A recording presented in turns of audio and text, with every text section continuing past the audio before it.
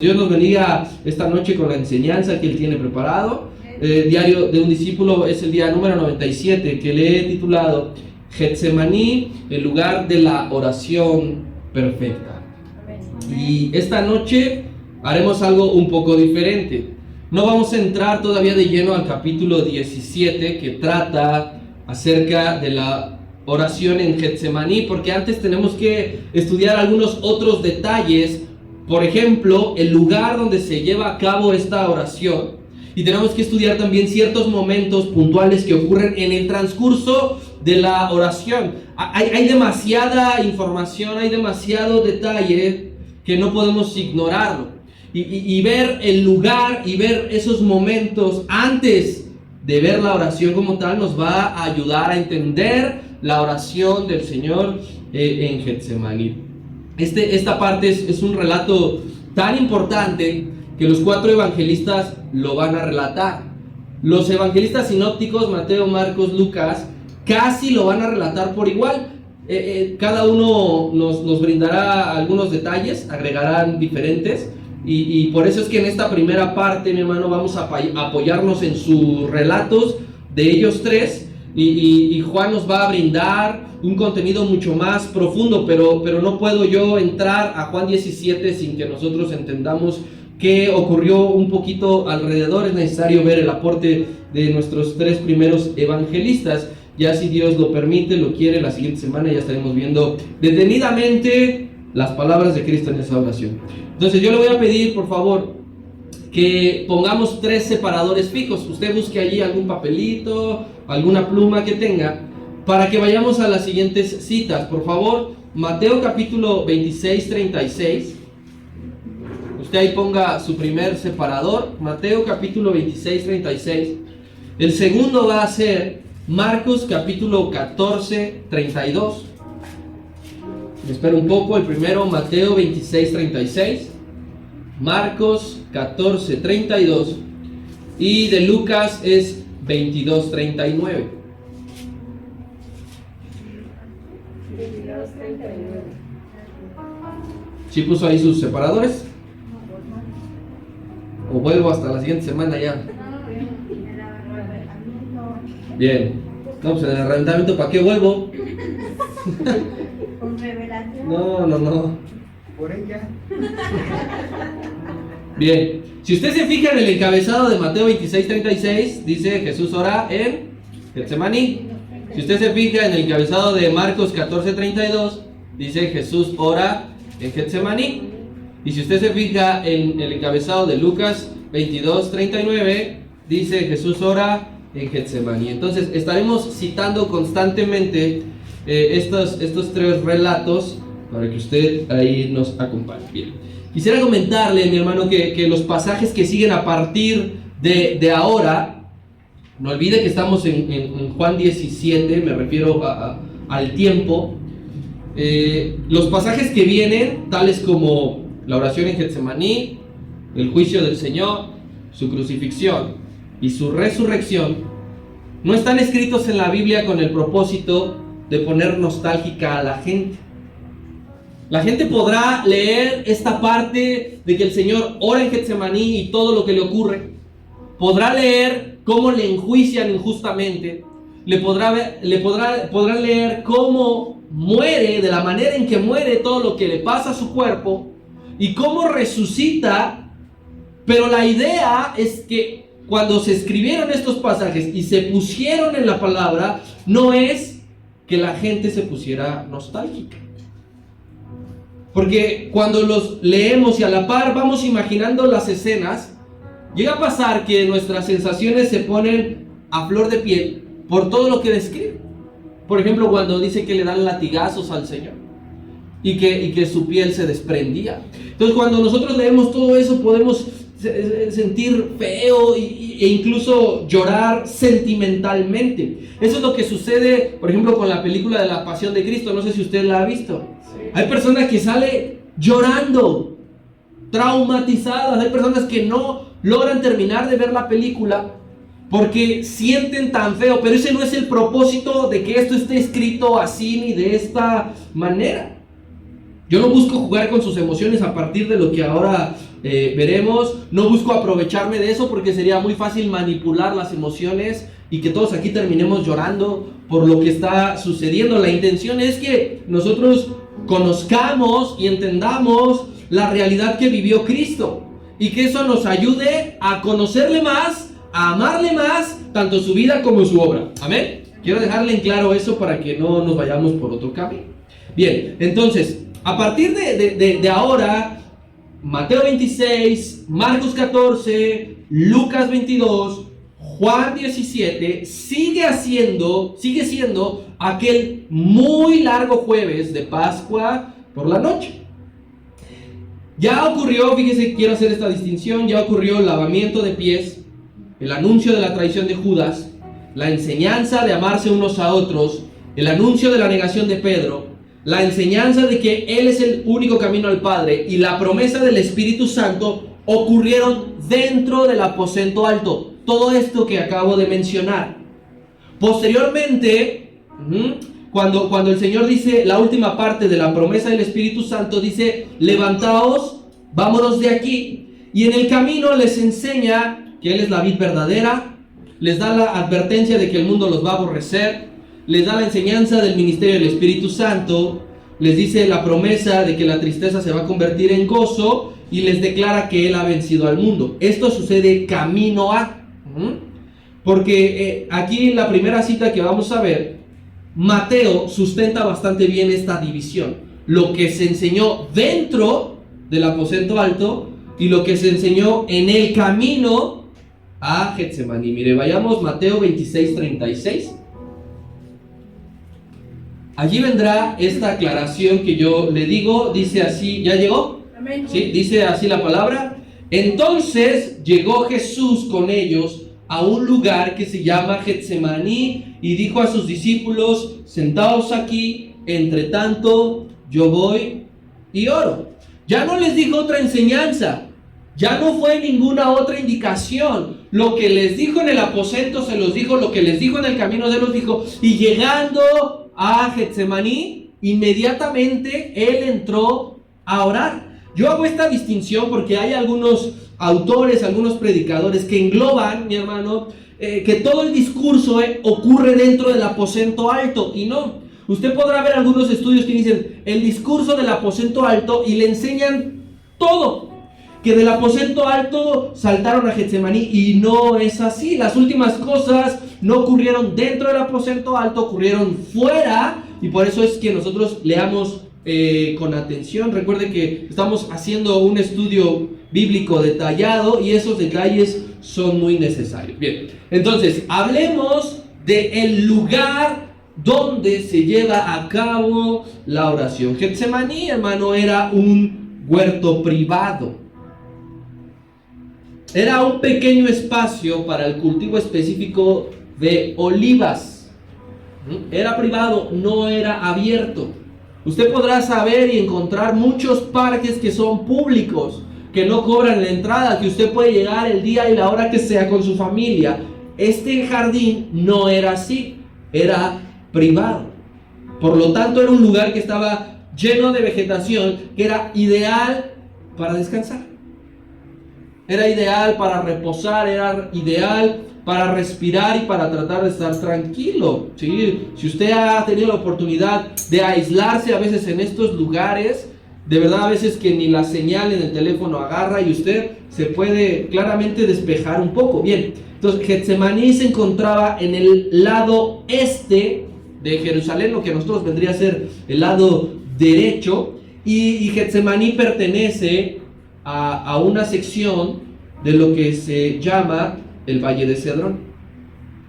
El Valle de Cedrón era un lugar muy amplio, y dentro del Valle de Cedrón está el huerto de Getsemaní.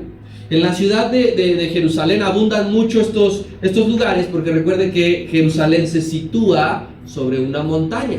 Por eso es que usted constantemente leerá que dice: ven, subamos a Jerusalén, porque está en una montaña ahí y tenían que subir de forma literal. Ahora vamos a Lucas 22:39. Usted ahí en su separador, en el tercero que pusimos, brinque a Lucas 22:39, porque aquí este hombre nos dice así: y saliendo se fue, está hablando del Señor Jesucristo, y saliendo se fue, como solía, al monte de los olivos. ¿Sí? Nos está dando la indicación de dónde está el huerto de Getsemaní, en el monte de los olivos, y dice que también sus discípulos le seguían. Entonces ya vimos la ubicación de este huerto privado.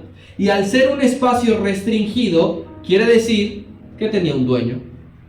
No era un espacio público, tenía un dueño. No cualquiera podría entrar. Como cuando vimos nosotros las parábolas del sembrador de la viña, las cercaban para que ni los animales entraran, ni los ladrones robaran la cosecha. Así este huerto era privado, no cualquiera podía entrar. Entonces usted y yo tenemos que asimilar que el dueño de ese huerto era amigo del Señor Jesucristo, para que le diera la entrada no una vez, sino dice la palabra que constantemente iba allí.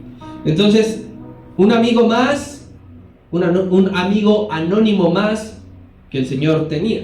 Y es importante que en esta etapa final de su ministerio analicemos que se dejan ver que él tenía varios amigos secretos, varios amigos anónimos. En esta última semana está ese amigo que le presta el pollino para entrar a la ciudad de Jerusalén. Dijo a sus discípulos: vayan, desátenlo, y si alguien les dice: ¿qué pasó? ¿A dónde me llevan eso? Le dice: el maestro lo necesita. Esa es la clave. Como cuando usted lo para la policía por no circular y ya le levantó su multa, y usted le pregunta al policía: bueno, ¿y cuál es la clave del día de hoy? Pues si me para el de allá enfrente, pues la clave es águila azul, y ya, con esa ya no le van a estar sacando multas. Así aquel amigo secreto, a él le tenían que decir: el maestro lo necesita. Otro amigo secreto, el que le presta el aposento alto para la última cena. ¿Sí? No viene tampoco un nombre, pero este lugar no era la casa del Señor ni la casa de ninguno de los apóstoles, era un lugar prestado de un amigo, y ahora alguien le presta el huerto donde constantemente se iba a orar. Entonces, ¿cuántas amistades no habrá hecho el maestro de lo cual no se tiene el registro? Muchísimas, infinidad de personas que el maestro ayudó. ¿A cuántos no les habrá cambiado la vida el maestro? Y eso habrá sido importante para crear un vínculo amistoso.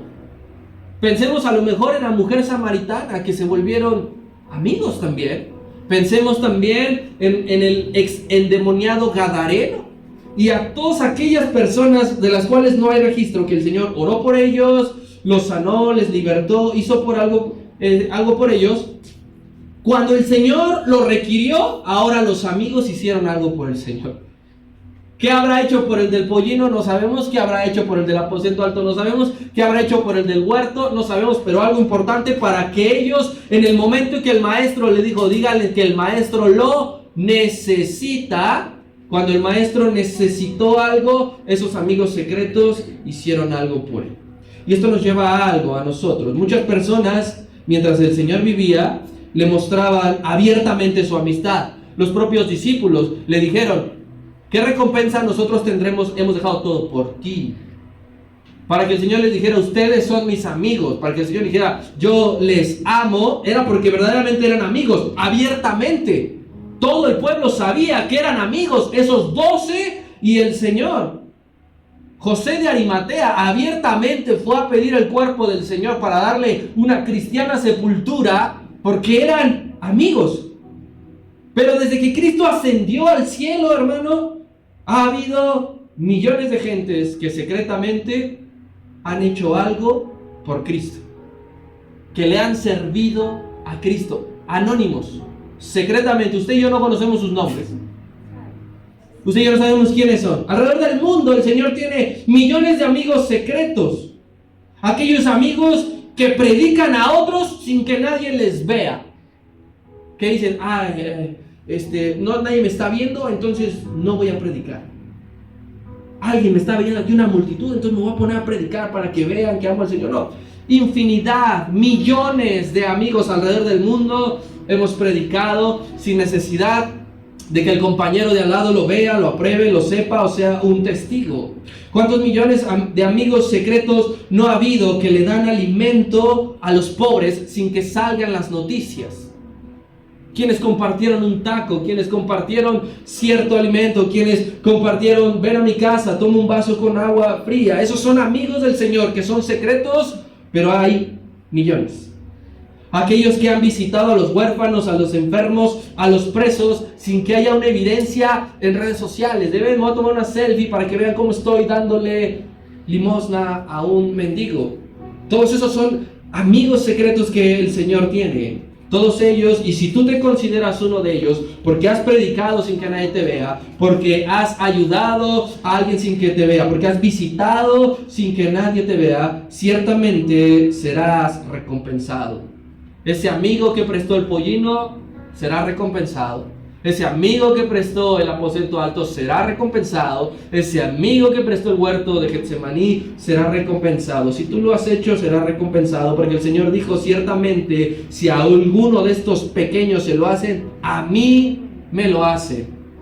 Entonces tenemos que servir con visión de que a quien se lo hacemos verdaderamente es a nuestro amigo. Si tú consideras amigo a Jesucristo, tienes que hacer este tipo de cosas. No importa si nadie te está viendo, no importa si nadie te está retratando, no importa si nadie está siendo testigo. Hay que devolverle al Señor un poco de lo mucho que Él ha hecho por nosotros. Amén. Hacer algo por el Señor es de grande bendición. No lo hagas por la bendición, es en automático. Cuando hagas algo por el Señor, inmediatamente serás bendecido. Getsemaní es un nombre arameo. No es latín, no es griego, es arameo. Y significa, ya lo hemos visto anteriormente, hace poco, prensa de aceite, en referencia a cómo les extraen el aceite a los olivos. Esa es la referencia, prensa. No el periódico que antes se llamaba prensa, que no sé si siga saliendo. Es aprensar, es extraer el líquido que tienen los olivos.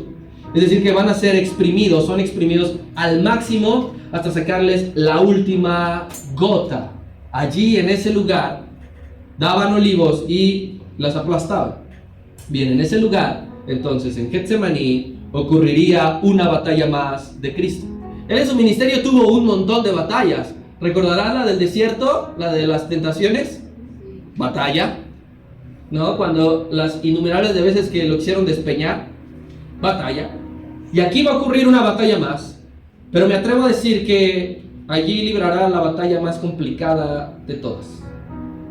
No fue la del desierto, porque él con toda autoridad se veía entero para decir: escrito está.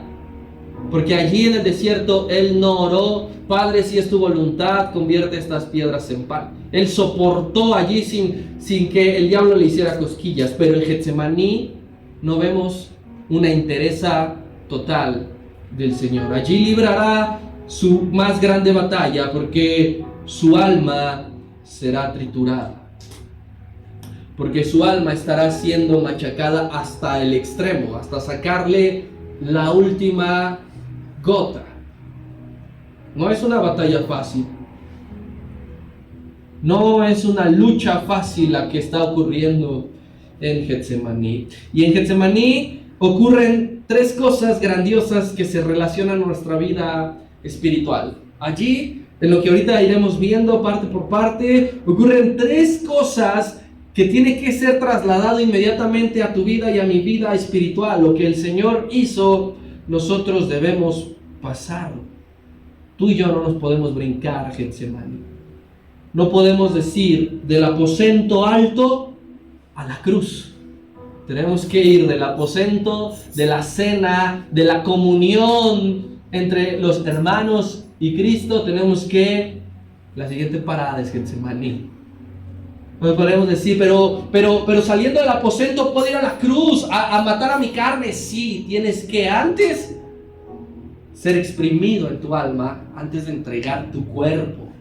Amén. Amén. Bien, entonces, primera cosa grandiosa que ocurre. En Getsemaní te descargas de todo. y lo hablo así ya apropiándonos para nosotros. En Getsemaní te descargarás de todo. Cristo oró en Getsemaní antes de ir a la cruz, por eso va a ser importante no brincarse este lugar, porque Cristo necesitaba vaciarse de angustia, estaba lleno de angustia, estaba saturado de angustia, de los pies a la cabeza, él estaba angustiado. Entonces, cuando entra a Getsemaní es para vaciarse de angustia y llenarse de Dios, para emprender la recta final, las horas finales, el día final. Necesitaba dejar la angustia y no quedar vacío, sino llenarse de Dios. Recuerda que Cristo dijo: venid a mí todos los que estén cargados. Y este mismo principio lo está aplicando Él. Nos está enseñando que en Getsemaní tenemos que ir ante Dios a dejar toda carga. ¿Qué es lo que hay en tu alma? ¿Hay miedo? Tienes que dejarlo en Getsemaní. Tengo miedo de predicar el evangelio.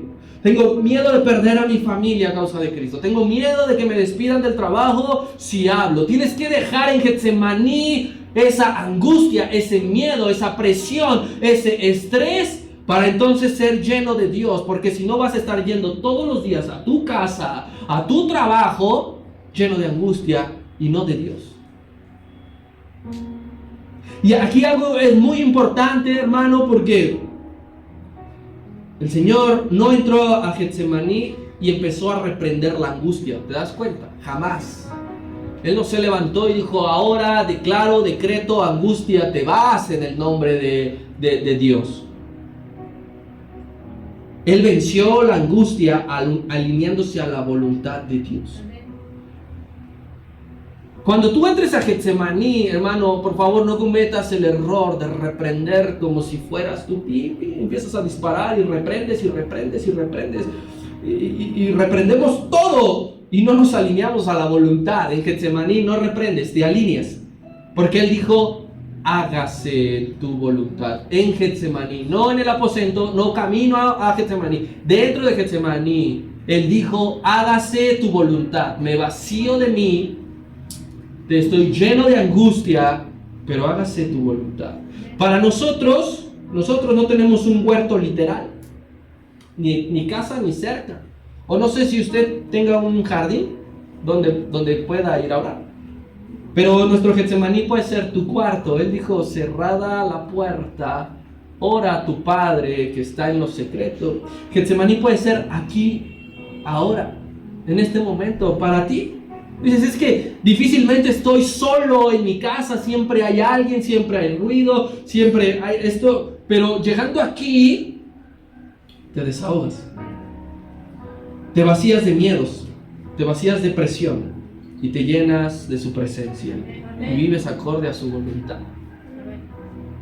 Llegamos constantemente aquí saturados de otras cosas, hermano, pero también esas mismas veces, con la fe de que venimos así cargados, salimos sin esa mochila pesada y sentimos el yugo ligero de Cristo.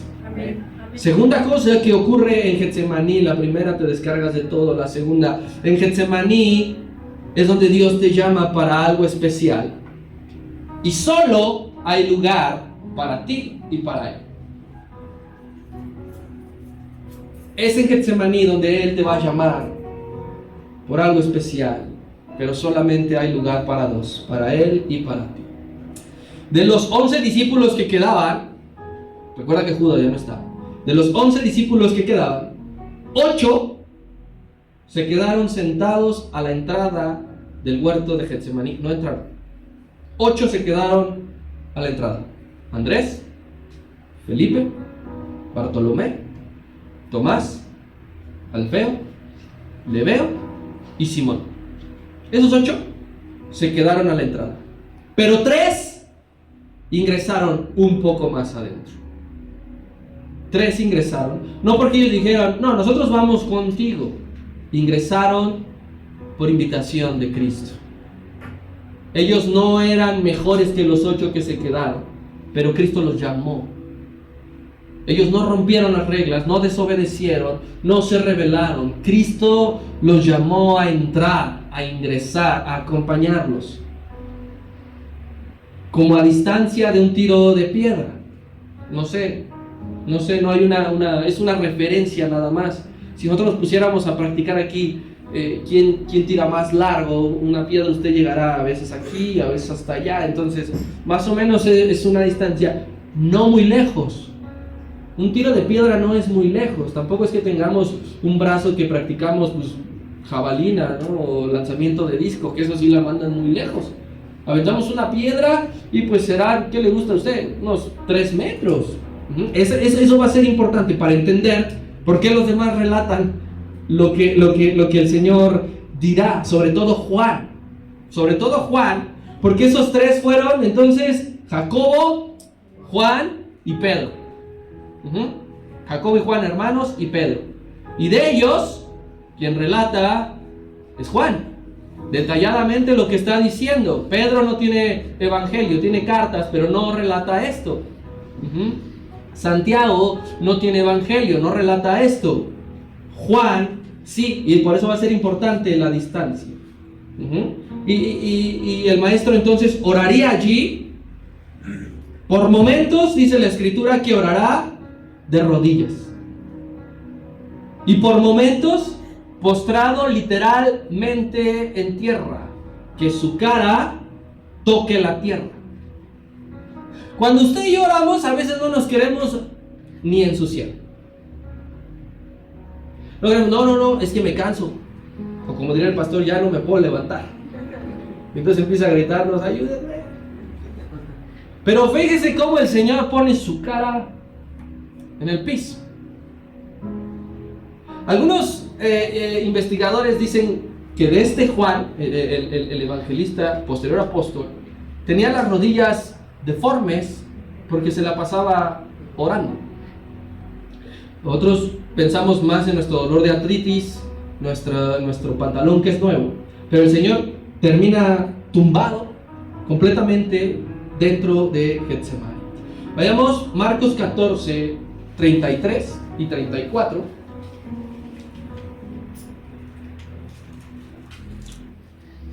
Dice, y tomó, está relatando Marcos, tomó consigo a Pedro, a Jacobo y a Juan, y comenzó en ese momento a entristecerse y a angustiarse, y les dijo, mi alma está muy triste hasta la muerte, quedaos aquí y velad. Primero los toma a ellos, no les revela que está angustiado a los 11, sino cuando los 8 se quedan, ustedes se me quedan aquí quietos.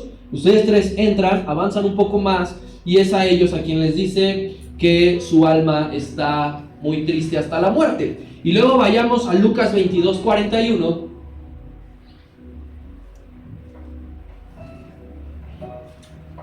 Donde dice, y él, o sea Cristo, se apartó de ellos. ¿De quiénes? De los 3 que ya había invitado, a distancia como un tiro de piedra, y puesto de rodillas, ¿qué dice que hizo? Oró. Entonces, esta parte para nosotros es todo esto que le vengo resumiendo. Los 8 se quedan a la entrada, los 3 avanzan un poco más, a no mucha distancia, el Señor comienza a orar, ellos ven que está de rodillas, y otro evangelista que no lo vamos a citar para no quedarnos mucho tiempo allí, es el que nos dice también que su rostro estaba en tierra. Bien, entonces, recuerda que esta segunda cosa de Getsemaní es que es allí donde Dios te llama para algo especial y solo hay lugar para ti y para Él. Es en Getsemaní donde Dios te va a revelar qué quiere que aprendas. Porque llevó a 3 porque quería que aprendieran algo diferente a los 8 de allá afuera. ¿Por qué? No sé. Pero en Getsemaní Dios te va a revelar qué quiere que aprendas.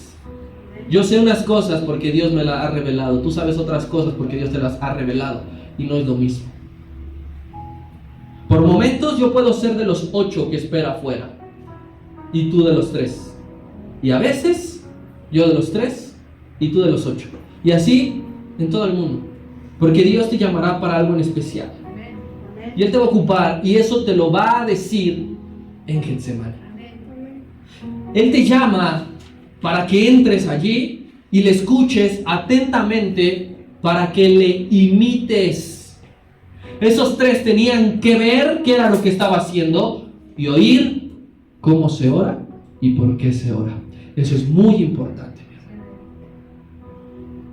El cómo se ora y el para qué se ora es fundamental en la vida de un discípulo. Eso no lo vas a aprender en el aposento. Eso no lo vas a aprender en el camino. Eso lo vas a aprender en Getsemaní. ¿Por qué hay gente que su oración no pasa del techo?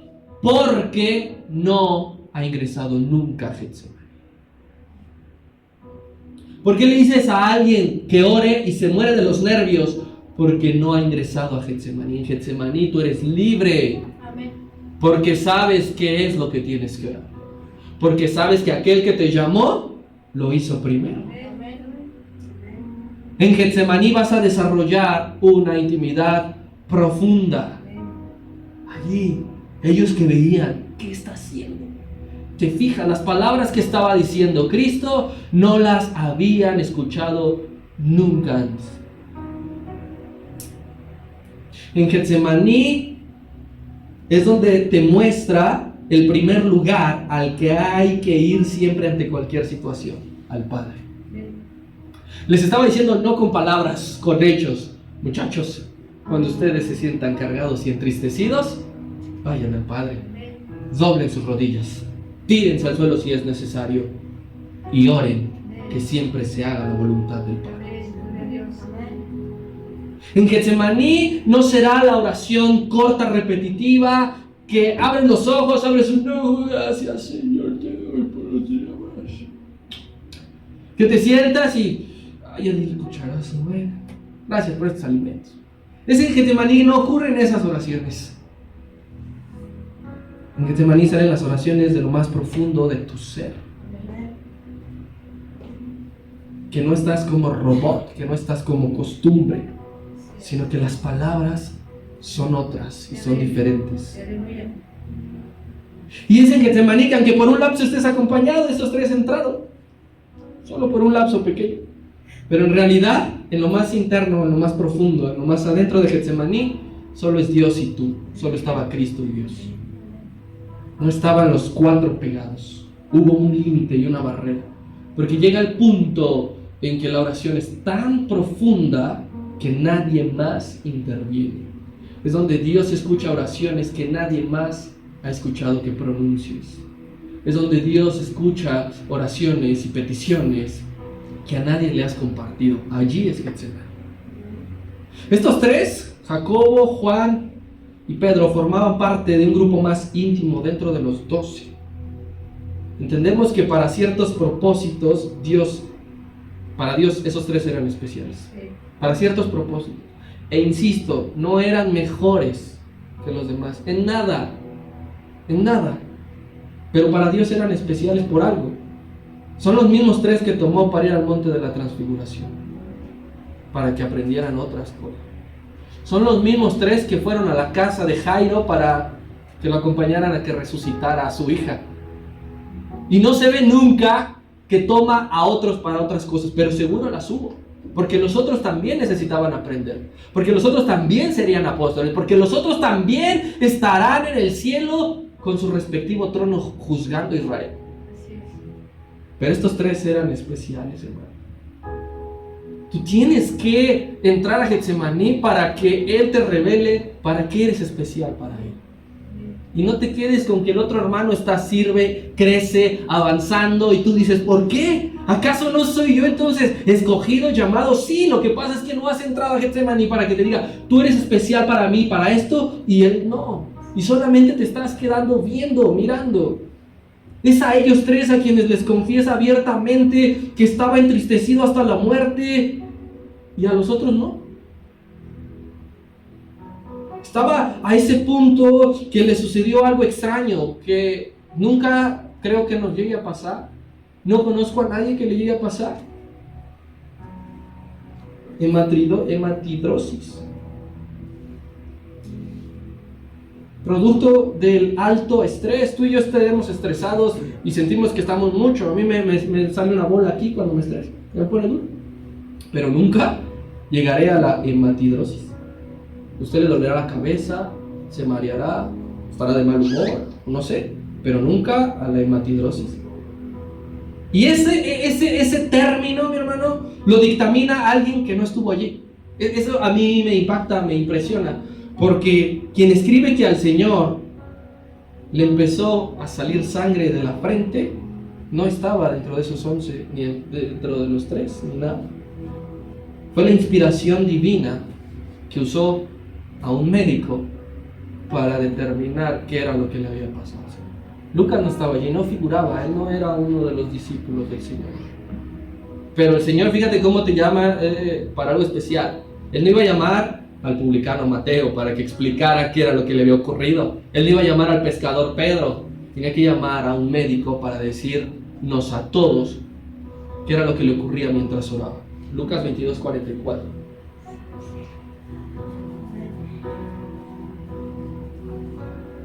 Y estando en agonía, a punto de morir, oraba más intensamente. Tú y yo estamos en una leve agonía y nos ponemos a llorar y nos ponemos a lamentar y nos ponemos a reprochar. Él, mientras más agonizaba ese momento, más oraba intensamente. ¿Tú sabes lo que es intensidad? Que levantas la voz, que manoteas, que tu cuerpo hace cuestiones diferentes a cuando estás pasivo. Oraba intensamente y era su sudor, dice Lucas, como grandes gotas de sangre que caían a la tierra. ¿De qué tamaño tendrían que ser para que cayeran en tierra? Yo no sudo, no sé si usted suda, pero no me imagino no sé, así, a chorros, no lo sé. Pero a él le estaba ocurriendo sangre que caía. Cristo sintió durante esa oración esto. No fue antes, no fue después de que terminó, fue mientras oraba. Si a ti te duele la cabeza, sigue orando. Si tú te recuerdas un dolor profundo, sigue orando. No pares, no calles. Ora más intensamente. ¿Por qué estaba teniendo hematidrosis? Porque en ese momento, mientras ya oraba, el peso de la ira de Dios cayó en sus hombros. No fue en la cruz, fue aquí. El peso pesado de todo el pecado de la humanidad estaba sobre él.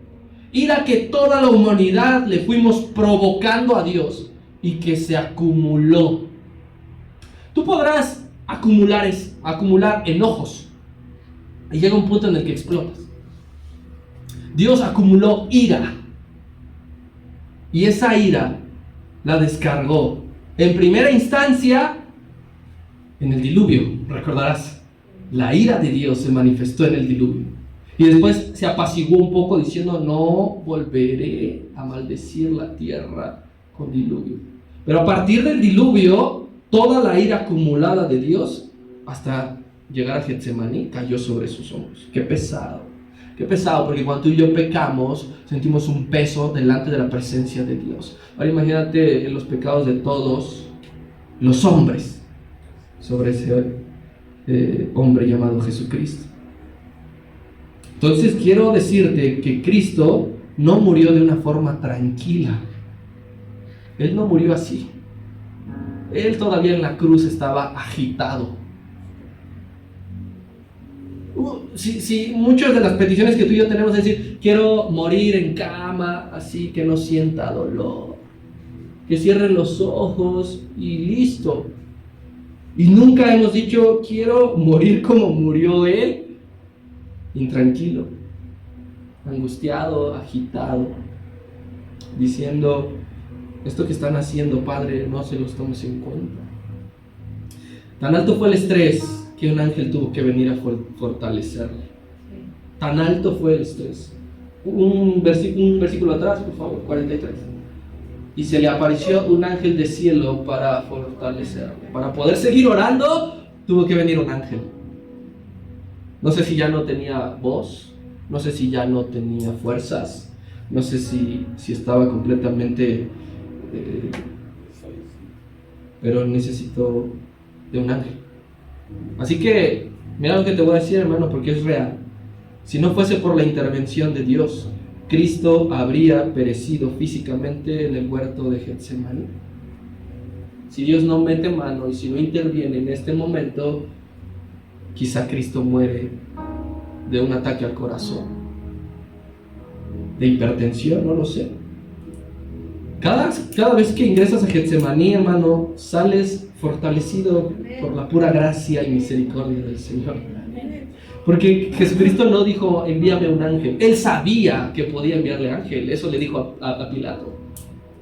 ¿No sabes tú que puedo orar a mi Padre y Él enviaría 12 legiones? Él nunca dijo, mándame un ángel a fortalecerme. ¿Sí? Cuando terminó la tentación de los 40 días en el desierto, dice que vino un ángel y le fortalecía. Y entonces comenzó el ministerio. Aquí Él no lo pidió. Dios, por gracia y misericordia, envió, no sé si a Miguel, a Rafael o a Gabriel para fortalecerle. Pero si no hacía eso, el Señor no llegaba a la cruz. Si nosotros no somos fortalecidos en la oración, aunque estemos llorando, aunque estemos tumbados, aunque estemos rendidos, si Dios no hace eso por nosotros, hace rato que ya habríamos perecido. Hace rato que no saldremos vivos de su presencia, aún con la intención de ir a buscarle, aún con la intención de ir a adorarle. Era lo que sucedía con Moisés cuando fue terminada la obra del tabernáculo y que descendió la nube y que la gloria del Señor llenaba la casa, que Moisés no podía entrar.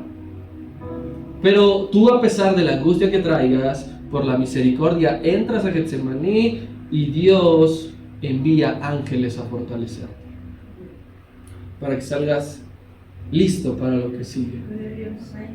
Dice que el ángel de Jehová acampa alrededor de los que le temen y los defiende. Y el ángel acampó alrededor de Cristo y defendió a Cristo de la angustia, del estrés y la presión. Tercera y última cosa que ocurre en Getsemaní. En Getsemaní te fortaleces o caes ante la tentación, que no es lo mismo, ahorita te lo voy a aclarar. En Getsemaní te fortaleces o caes ante la tentación y experimentas la soledad. En 3 ocasiones, estos discípulos, esta tercia de discípulos que fueron seleccionados, durmieron mientras el Señor oraba. 3 ocasiones. 3. Es allí en Getsemaní, mi hermano, donde los ojos se cargan de sueño y te atacan para que duermas. Si tú estás distraído en el mundo, jamás vas a luchar por no cerrar los ojos y dormir. Si tú estás enfrascado en tu yo, nunca vas a saber lo que es luchar para no dormirte. Eso era lo que hacían las 10 vírgenes esperando al marido. Luchaban por no dormir. Luchaban por no quedarse dormidas porque tenían que esperar al novio. Entonces en Getsemaní, hermano, sufres el ataque para no quedarte dormido. Y llega a suceder. La Biblia dice, despiértate tú que duermes, porque no se los está diciendo a alguien que no se ha dormido, se lo está diciendo a quien ya se durmió. A quien ya se ha dormido. Esos 3, despiértense ustedes que duermen. 3 veces fue lo mismo. Y Cristo se ve exasperado. Ya esta última parte estaba aún más sensible. A Felipe le dijo, ¿todavía necesitas? ¿No entiendes? ¿Quieres que te revele al Padre, que te lo muestre? ¿De qué manera? Decepcionado. Aquí estaba exasperado con ellos, porque es que ni un rato fueron capaces de orar. Ni un rato fueron capaces de sacarle jugo y provecho a esa situación. Yo le decía a una persona que desgraciadamente su mami fallecía y que lo ocupó para alejarse por completo, y le dije, has desaprovechado esta tremenda prueba que Dios te hizo pasar, porque en lugar de que te acercaras a Él, tú decidiste alejarte reprochándole. Estos momentos, hermano, son cuando no entendemos y desviamos la atención. Pues está ya orando, vamos a dormirnos nosotros mismos. Ya cuando venga, pues que nos despierte. Ya nos vamos, ¿a dónde? No sé, pero ya nos vamos. Es allí, en una de esas veces que Él vuelve, que les dijo, la carne es débil. En Getsemaní, o sales fortalecido o sales para caer en tentación. No sabemos el tiempo exacto en el que el maestro oró. No hay un tiempo que duró la oración, pero eso sí te digo, 2 minutos no fueron. Él les dijo, ni 1 hora habéis podido orar conmigo, pero no habla de un tiempo exacto. Yo te aseguro que fue muchísimo más tiempo de nuestro tiempo. Pero aún durara toda la noche, hermano, aún durara toda la noche su oración, yo creo que Cristo se merecía que los discípulos velaran con Él. Él lo merecía. Porque había hecho tanto por ellos que cuando Cristo les pidió algo, ellos no le correspondieron de la misma manera. Les dijo, siéntense aquí y velen conmigo, se los pidió. Velen conmigo. Y no lo hicieron. Y Cristo lo merecía. Lo dejaron solo desde ese momento. Por eso te digo, en Getsemaní experimentarás la soledad. Por más que te acompañe algunos pasos más tu familia, por más que te acompañen unos pasos más tus amigos o ciertos hermanos de la iglesia, habrá un punto en el que te quedes solo. Solo. Y no llores como María Magdalena. Y no empieces a decir, es que nadie me apoya, y es que nadie me quiere, y es que ya me voy a ir de esa iglesia, y es que esto, no empieces a decirlo, porque llega un punto en el que quedarás solo. Todos, no nada más tú, todos. Y esa soledad, Dios la orquesta, Dios la prepara, Dios te deja solo por momentos. ¿Qué pasó? ¿Qué pasó? ¿Dónde están los que me decían que me apoyaban? Los que creían en mí, los que eran mis amigos, los que mi propia familia, ¿dónde está? No, es que Dios arma todo para que tú, en algún punto, te quedes solo. Si no quieres ingresar a Getsemaní, no ingreses por esto. Pero si sí, sépate que te vas a quedar solo en algún momento. Marcos 14, 41.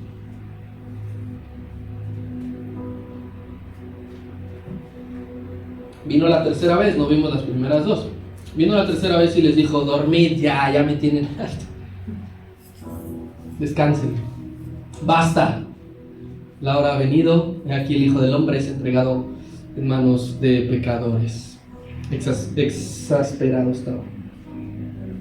En Getsemaní, hermano, luchas con las distintas tentaciones que se presentan a ti, que quieren desviarte de tu propósito. La angustia quería desviar del propósito de Cristo.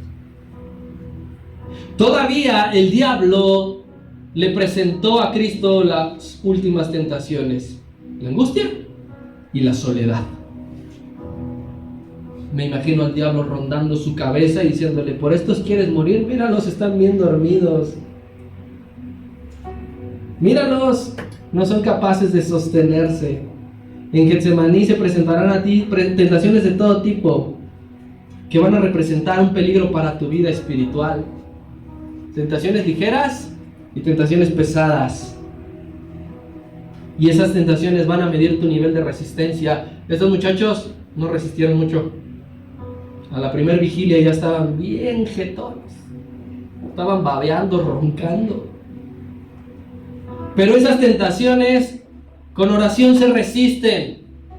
Porque Cristo no le afectó de más la soledad. ¿Por qué no se fue a suicidar y a cortar las venas al ver que estaba solo? Porque la oración resistió la tentación.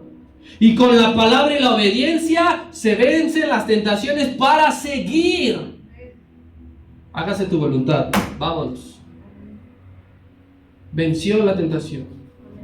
Debes de saber, hermano, que hay una relación directa entre tu tiempo de oración y las caídas en pecado o victorias que tengas sobre el pecado. Hay una relación directa. Oras poco, caes mucho. Oras mucho, caes poco. Es un principio espiritual. No pretendas orar poco y resistir todo. No pretendas que pues voy a orar mucho y pues voy a caer en todo. No. Si tú oras el tiempo que has dispuesto en tu corazón, Dios te dará la victoria sobre cada tentación que venga. La ironía aquí es algo interesante, porque está la imagen, está la escena de aquel que no conoció pecado y que oraba siempre, estaba ahí, otra vez orando. Aquel que no conoció pecado y que siempre oraba, estaba otra vez orando. Y los que pecamos constantemente, dormimos plácidamente una y otra vez. Ironía, porque él no necesitaba, en términos humanos, porque él no conoció pecado, pero nos estaba mostrando a los que dormimos cómo se lucha de rodillas. Si Dios te pide algo, hermano, hazlo. Si Dios te pide que veles con Él, vela. A veces no queremos ni siquiera venir a las jornadas de oración. A veces no queremos hacer el más mínimo esfuerzo. A veces no queremos morir a nosotros, no queremos entregar aquello, no queremos hacer nada. Cuando Él nos ha dicho muchas indicaciones. Él nos dijo, esfuérzate. ¿Y nos esforzamos? Él nos dijo, sé valiente. ¿Estamos siendo valientes? A ellos les dijo, velen conmigo. No lo hicieron. A ti te ha dicho, esfuérzate, te esfuerzas. A ti te ha dicho, sé valiente. ¿Eres valiente? ¿Sabes por qué debes de hacerlo? Porque Él lo merece. Él merece que nos esforcemos. Él merece que seamos valerosos. Si pide que estés atento, es por algo. Y hay que mostrarle y corresponderle que hacemos todo el esfuerzo para no dormir. Dijo, solamente a los que están despiertos les alumbra Cristo. No a los que están, ahí me cuentas qué dijeron. Ahí me platicas qué hicieron. Es en Getsemaní, hermano, donde el Padre escuchará y atenderá la oración más complicada de la historia. Tú podrás sentir que eres la persona más abrumada de todas, que podrás ser la persona más atacada de todas, que podrás ser la persona más afectada de todas, pero alguien ya nos ganó en hacer la oración más complicada, la del Hijo en agonía. Y el Padre la escuchó. Y el Padre la atendió. Así que tu dolor, que es mucho menor, Él la escuchará. Y Él la atenderá. En Getsemaní, el Hijo se reunió con el Padre para presentarle la petición más dura de todas. Pasa de mí esta copa. La petición más dura no es que le digas, dame un marido. La petición más dura no es que le digas, dame una casa. No es que le digas que mi familia se convierta. Eso es sencillo para Él. Lo complicado fue resistir a su Hijo llorando, pidiéndole, no quiero vivir esto. Eso es complicado. A ese lugar, Getsemaní, se llega por voluntad propia. Nunca nadie obligó al Señor a ir a Getsemaní a orar. Si tú no quieres, no vayas. Pero nunca escucharás la voz de Dios. Nunca le orarás desde lo más profundo de tu ser. Nunca sabrás qué es lo que Él tiene para ti. A ese lugar se llega impulsado, motivado por la pasión que tienes por Dios y su reino. Jesucristo llegó a Getsemaní voluntariamente y porque amaba al Padre y porque quería ver su reino establecido en la tierra. Y aquí está el resultado. Aún en medio de todo esto que te acabo de decir, el Señor pronunció la oración perfecta, en la que tú y yo estamos incluidos. Pero eso lo vamos a ver la siguiente semana. Amén.